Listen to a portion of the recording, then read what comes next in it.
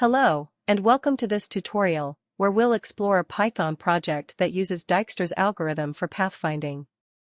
Over the next 37 minutes, I will guide you through the code, explain how it's structured, and show you how its various components work together to create a functional pathfinding tool. This project is more than just an algorithm, it's a complete application. It includes a class for implementing Dijkstra's algorithm, a node class for representing individual graph elements, a GUI class for visualization, and an event handle class for user interaction. Together, these components form a modular and extendable program. By the end of this narration, you'll understand how to work with this code, customize it, and apply the concepts to your own projects. Let's start by looking at the heart of the program, the Dijkstra class. Dijkstra class. The Dijkstra class is responsible for implementing the shortest path algorithm.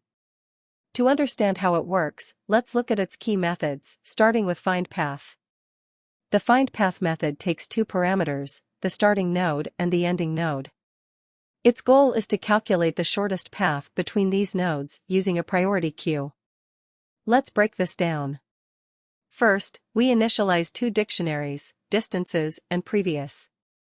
The distances dictionary stores the shortest known distance from the starting node to every other node, while previous keeps track of the node that precedes each one in the shortest path.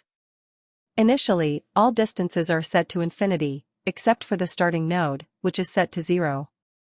Next, we use a priority queue, implemented with Python's heap module, to manage the nodes we need to process. The queue starts with the starting node and its distance of 0. At each step, we pop the node with the smallest distance from the queue. This ensures that we always explore the shortest path first. For every neighbor of the current node, we calculate the total distance from the starting node. If this distance is shorter than the currently stored distance for the neighbor, we update both the distances and previous dictionaries. We then push the neighbor back into the queue with its updated distance. This process continues until all nodes are processed. Once the algorithm is complete, we can reconstruct the shortest path by tracing backward from the ending node using the previous dictionary. The Dijkstra class also provides methods for modifying the graph. For example, the removeNode method removes a node and all edges connected to it. Similarly, removeEdge removes a specific connection between two nodes.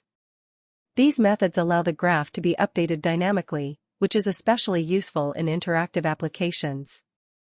You can also use the addNode and addEdge methods to expand the graph. For instance, if you want to add a new location and connect it to existing ones, you can do so easily with these methods. With this class, the core functionality of the program is in place.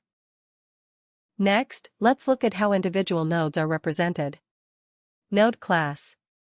The node class provides a structured way to represent each graph element.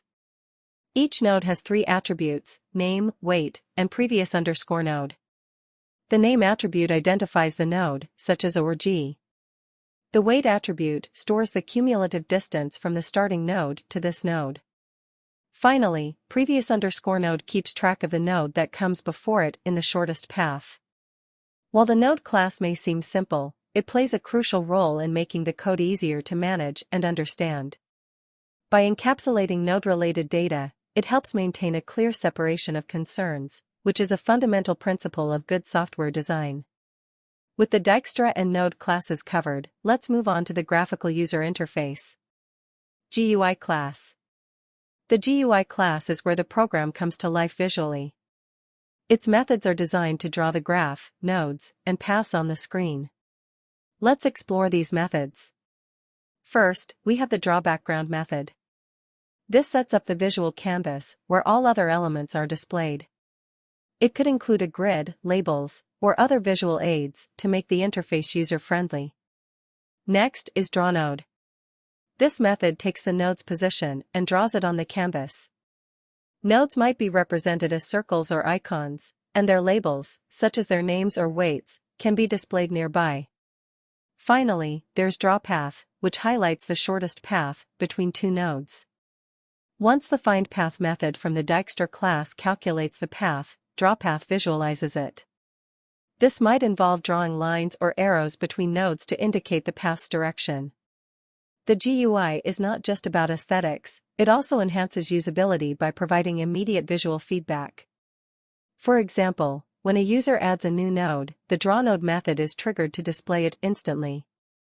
Let's now discuss how the program handles user interactions.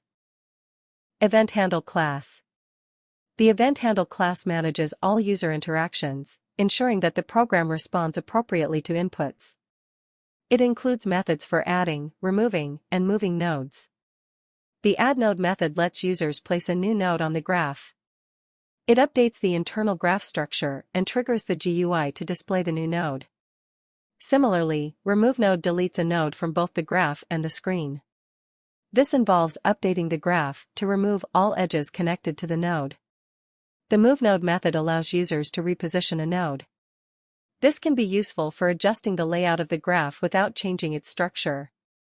These methods ensure that the program remains interactive and intuitive to use. Together with the GUI class, they make the application accessible even to users without programming experience. Integration and workflow. Now that we've covered the individual components, let's see how they work together. When the program starts, the user interacts with the GUI to add or edit nodes and edges. These actions are handled by the EventHandle class, which updates the graph structure. Once the graph is ready, the user can select a starting node and an ending node to calculate the shortest path. The Dijkstra class processes the graph, calculates the shortest path, and returns the result. The GUI then highlights this path, providing a clear and interactive visualization. This modular workflow makes the program easy to understand and extend. For example, you could add new features, such as saving and loading graphs, without affecting the existing code. Conclusion. To recap, we've explored a Python project that combines Dijkstra's algorithm with a graphical user interface. We discussed the Dijkstra class for pathfinding, the node class for data representation, the GUI class for visualization, and the EventHandle class for user interaction. This program demonstrates the power of modular design and serves as a great starting point for more advanced projects. Whether you're building a navigation app, a game, or a data visualization tool, the concepts we've covered can be applied in countless ways. Thank you for joining me on this journey. I hope this tutorial has been both informative and inspiring. Happy coding!